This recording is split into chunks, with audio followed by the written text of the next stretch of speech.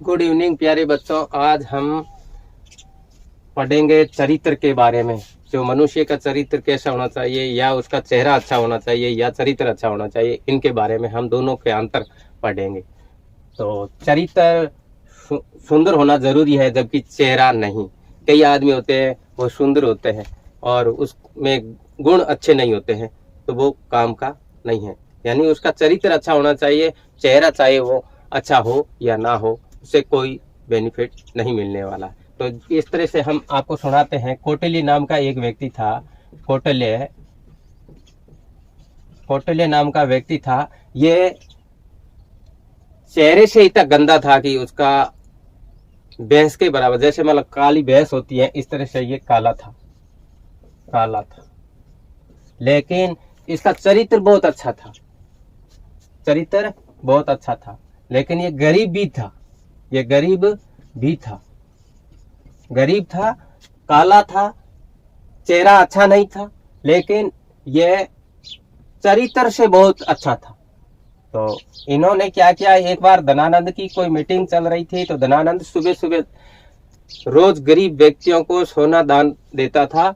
वहां यह कौटिल्य चला गया।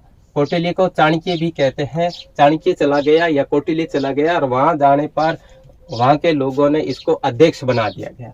और अध्यक्ष बनाने पर जहां ही सोना सारा वितरण किया, वो कौटिल्य के द्वारा कर दिया गया। लेकिन थोड़ी देर के अंदर जब धनानंद या घनानंद वहां से आता है, तो कौटिल्य को देखता है, तो उन व्यक्तियों को लताड़ता है, कहता है कि ये इस काले व्यक्ति को कैसे बढ़ा दिया, भैंस को ये सीट पर कैसे बैठा दिया, और इसको 2-3 लाते मारता है और वहां से निकालने पर ये नीचे जो ही गिरता है सीट से, और कहता है कि जब तक मैं रहूंगा तो तेरे इसे धनानंद को समाप्त करके मैं एक बार राजा जरूर बनूंगा।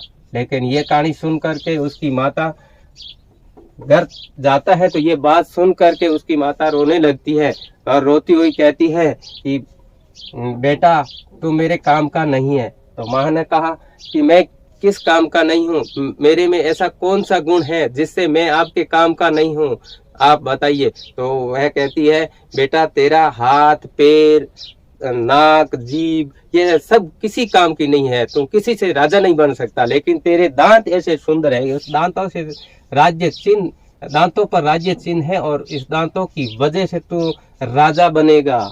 इसलिए मैं रो रही हूँ कि तू राजा बनेगा तो मेरी सेवा करने वाला कोई नहीं है। तो उसने अपने हाथ में एक पत्थर लिया, और पत्थर से दांतों को तोड़ करके कौटिल्य ने अपनी माँ के हाथ में थोप दिया।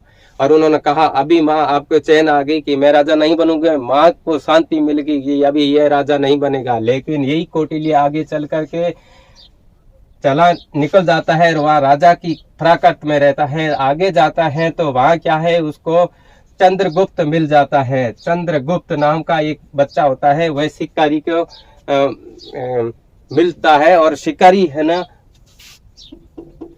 वह ले जाता है। तो यह क्या है, चंद्रगुप्त वह शिकारी जैसे राजी के खेल खेलता था, और कौटिल्य देख लेता है। तो कौटिल्य पूछता है, बेटे तेरे बाप का क्या नाम है? तो वह कहता है, मेरा पिताजी का नाम शिकारी है। तो उससे पूछता है कि इस बच्चे को मुझे बेचेगा? वह कहता है, हाँ बेच दूंगा। कितने रुपए में? वह कहता है कि हमने 60 रुपये में खरीदा है, और 80 रुपये में इसको बेच देंगे। तो ये 80 रुपये में वह खरीद लेता है।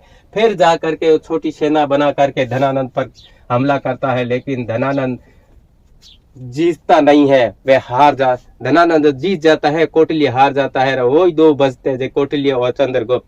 ये वापिस भागते हुए आ जाता है। तो एक घर पे रुकते हैं, तो वह अपनी माँ अपने पुत्र के लिए खिचड़ी पकाती है, और खिचड़ी पकाते समय वह देखती है कि वह उनका बच्चे को खिचड़ी परोसती है, तो वह बीच में से खाता है, तो उसका मुंह जल जाता है। तो वह कहता है कि तुम कौटिल्य और चंद्रगुप्त की तरह बेवकूफ हो, अगर किनारे से आप खाना खाते तो आपका मुंह नहीं जलता। आपने ये जो किया है गलत किया है। कौटिल्य ने भी छोटी सेना थी, और बीच में जाके युद्ध किया तो वो हार गए।